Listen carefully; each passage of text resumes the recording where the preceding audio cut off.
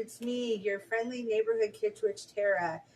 You are correct. I have indeed injured myself. Wrist sprain, nothing serious.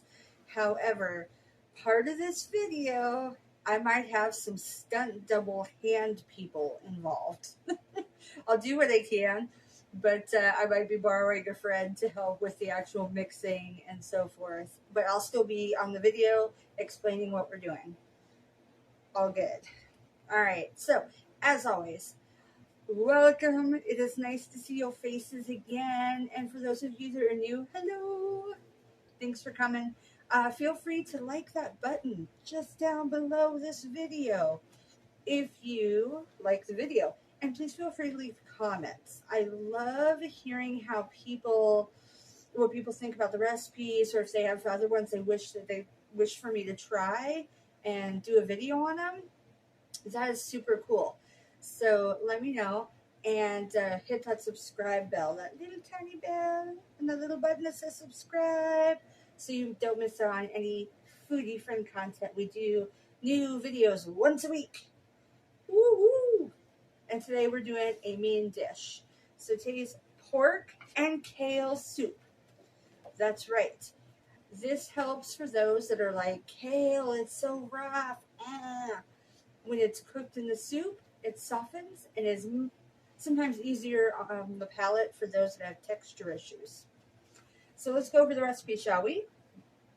2 tablespoons of butter, 1 small onion cut very thin, 2 garlic cloves, and these are going to be minced, 1 cup of white wine vinegar. Now, if you don't have white wine vinegar, but you have regular wine, make sure it's of the white persuasion, like a Pinot Noir or something like that. It's you want kind of a dry wine. I generally don't have wine in my house, so I have white wine vinegar. So either one, you could substitute. We have 1 pound of kale, and we're going to steam it and chop it.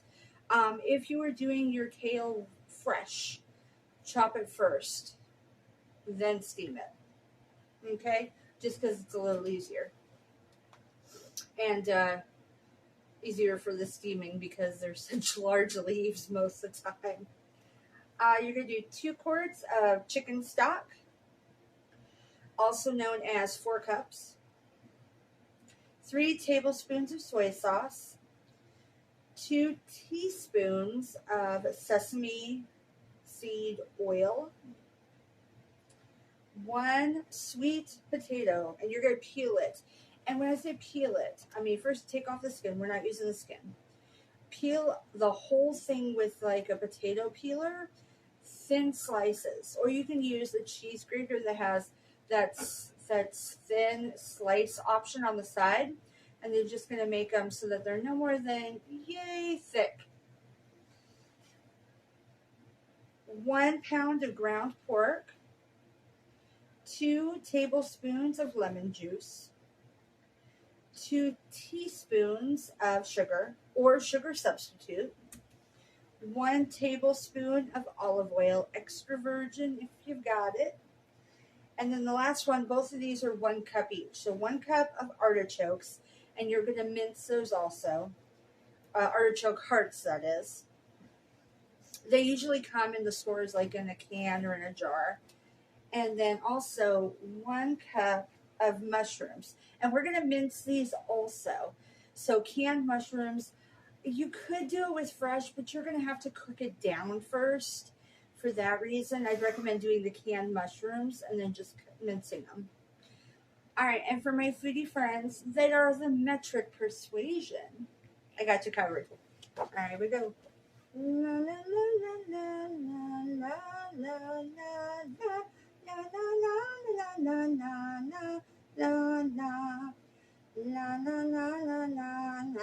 la la. Pardon me. Just kidding. All right, guys, let's go ahead and head into the kitchen. I'm going to get started with what I can, and then we will trade off with another pair of hands if we have to. All right, see you back there. Guys, so this is going to be just a little different. I have a stunt double doing my hands because this is what my hand looks like. Thank you, wonderful stunt double. First thing we're going to do is we're going to melt a tablespoon of butter in this pot. Alrighty. And the stunt double's fingers are nice and clean, I can testify. Alright, so we have the butter. Now we're going to add in the onion and the garlic.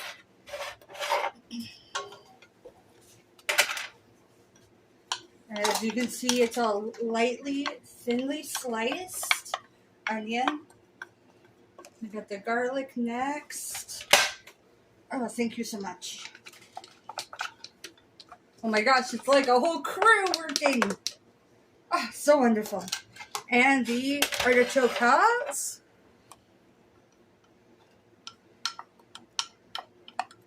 As you can see, the artichoke hearts are minced, just like the onion is. So is the mushroom, which is the last one we're going to add, is the mushroom.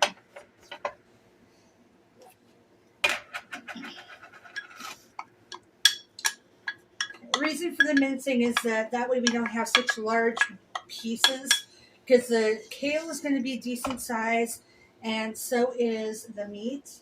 All right, we're going to go ahead and turn the stove onto medium, and we're going to stir that around a little bit until it's lightly brown. This takes about 5 minutes or so. So we'll come right back to you. Okay guys, so now that it's browned a bit, it doesn't have to be real deep brown, doesn't have to be real melty, doesn't have to be real anything in particular, just wanted to cook down a bit. We're going to go ahead and add the chopped kale and the chicken broth. Now this chopped kale has been steamed, like I said when we were talking about the recipe ingredients. They in the stores a lot of times they have these things called the steamable bags, and you can just pop it in the microwave, steam it, and it's ready to go. If you're using fresh, you're going to chop it ahead of time and steam it over like a steaming skillet, and then drain it. And we're using the whole 2 quarts, which is also the same as 4 cups of chicken broth. So that whole container goes in. Yum! And then we're going to go ahead and stir it on up. And you want it to come to a boil. So we're going to let it get to a boil, and then we're going to move this to a different stove. What the heck do you call those things? Thank you. A stove burner. We're going to move it to a different burner and cook the meat. Yes, I know things. Thank you for your assistance, my wonderful stunt double. All right, we'll come back with that. Okay, guys, so we are going to move this over to the other burner, which is on in between medium and low, so that we can cook up the meat and cook up the sweet potatoes. Switch.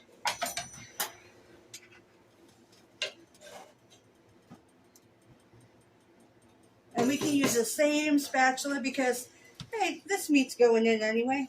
It's all good. So all you're going to be doing is cooking it up till it's nice and browned on all sides and cooked. Then we're going to drain any extra juice from it and put it into the skillet. And then our skillet will be ready to add some of our wonderful soy sauce combination and our sweet potatoes. All right, so we're going to come back. All right, as you can see, this is starting to brown. It's not quite ready yet. We are going to drain any additional grease from the pan, but we're going to do something kind of fun first. And before we put it in the pot, we are going to put it in a bowl and toss it with some of our other wet ingredients and sugar. But we got to make sure this is fully cooked first. So we'll be right back again.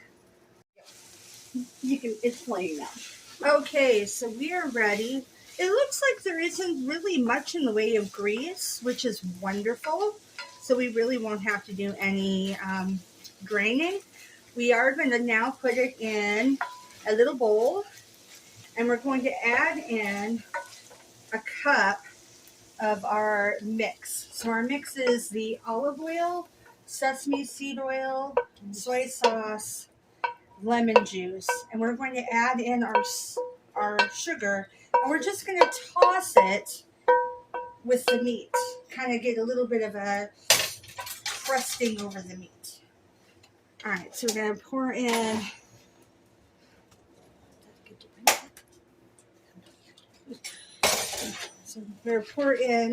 the sugar.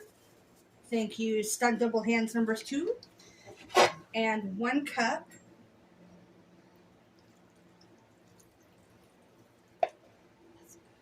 Okay, and now we're just going to kind of stir it around, make sure that the wonderful sugary wetness from the grape juice is all mixed in together and coating all of the meat. And then that will get poured in its entirety in our soup. Now I know you're probably wondering, what about the sweet potatoes? The sweet potatoes are next. So now we've poured all of the meat in with the remaining juice. We're just going to stir that in, and we're going to let that keep cooking while we work on our potatoes. So we'll be right back with that in a moment. Okay guys, we're going to put the butter in the skillet. This is the other 1 tablespoon, because we only used part of what we needed. And we're going to melt that down. We're going to put the potatoes, the sweet potatoes, that are cut small, as you guys can see, thin and narrow. And we're going to pop those in there. Once those start to brown a bit, then we're going to add in the last of our juice mix. And don't worry, these do cook down, kind of like when you make hash browns. It does cook down. It's just going to take a little bit of time, so no stressing, okay? Okay, we're going to come back to you. Okay, so this is not ready yet, but as you can see, it's already started to cook down. We just want to make sure it's slightly brown before we add in the juice. Okay guys, as you can see, it is starting to brown. That's all we need. We do not need a crispy brown. This is not hash browns. I know I said toasted a little like hash browns, but not fully. So now we're going to add the remainder of our mix. This has got the soy sauce, the lemon juice, the white wine vinegar, the sesame oil, and all the good stuff. We are going to go ahead and stir that all together, and we're going to let that simmer a bit and cook a bit more before we add it to our soup. Then we're going to bring the soup back on the side so you can see it, and we have one more conversation to have. So we're going to let this sit and simmer for a minimum of about 5 minutes, and then we'll add it in. Okay guys, so our lovely sweet potatoes are now nice and saucy. They're good. They've absorbed all the rest of the juice. We're going to now move the saucepan to this particular burner, and we're going to add them in and stir it up nice. Now, if you want your meat to have a additional, like, stronger flavoring, you can let it sit for 10 minutes in the juice before you pour it into the soup. I forgot to mention that earlier. Not required, but it will kind of give it a stronger flavoring. All right, so now we're just going to stir this all up. And as you can see, this is really thick. So this being said, you have a couple of options. You can either enjoy this as a stew-like option where there's more substance and juice, or you can add an additional 3 to 4 cups of chicken broth, which is a whole quart or not quite a quart. We're going to go ahead and add the additional chicken broth. If you do add chicken broth more so to it, you're going to let it heat back up. Do not let it get to a boil because you will end up with mush. So just heat it enough that your soup is now warm before you decide to munch it. Otherwise, that's the end of this particular recipe. We're just going to make ours a little bit soupier. You don't have to add any additional seasoning because this already has got a really good, strong, robust, as the fancy people say, seasoning to it. So it should be good to go. You're just ready to heat that puppy up and ladle it into a bowl and just devour it. It's great paired with biscuits or crackers or French bread, whatever you're into. But it's all good to go. So on this, my friends, we say bye-bye. I miss your faces. I will talk to you guys soon. Hopefully soon without this lovely thing. All right. Big hugs. Bye.